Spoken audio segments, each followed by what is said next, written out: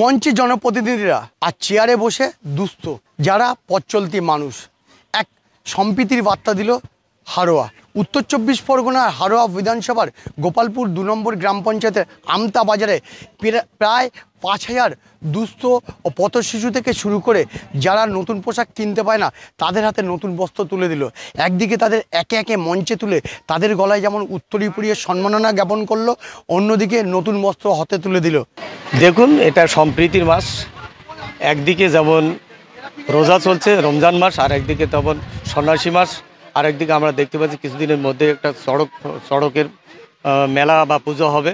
তো সেদিকে তাকিয়ে আমরা ঈদ বস্ত্র বিতরণের সাথে সাথে আমরা যেহেতু সন্ন্যাসী মাস চলছে, আমরা হিন্দু ভাইদের এবং আমার বোনেদের কাকিমাদেরকেও আমরা এই বস্ত্র তাদেরকেও হাতে তুলিয়ে দেব। এই অভিনব উদ্যোগকে সাধুবাদ জানিয়েছে বিশিষ্টজনেরা, বিশেষ করে যেসব দুস্থ যারা নতুন পোশাক কিনতে পায় না।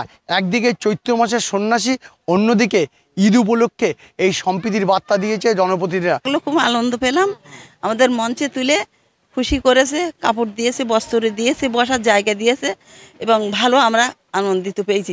রমজান মাসে এবং হচ্ছে গিয়ে চৈত্র মাসে সন্ন্যাসী উপলক্ষে আমাদের খুব আনন্দিত পেয়েছি। এই যে আমাদের এই চৈত্র মাসের সন্ন্যাসী একটা রোজার একটা উৎসব আছে, তার জন্য আমাদের খুব দান ধানের দিক থেকে খুব সুন্দর নতুন বস্ত্র দান করছে। এটা হ্যাঁ, এটা আমাদের খুব ভালো লাগছে এবং নতুন বস্ত্র পেয়ে তারা এক মুখ হাসি নিয়ে বাড়ি ফিরছে। এই উদ্যোগকে বিশেষ করে সবাই এক বাক্যে বলেছে এটা একেবারে অভিনব। আমার শহর হারোয়া থেকে সঞ্জিত চক্রবর্তী, কলকাতা টিভি।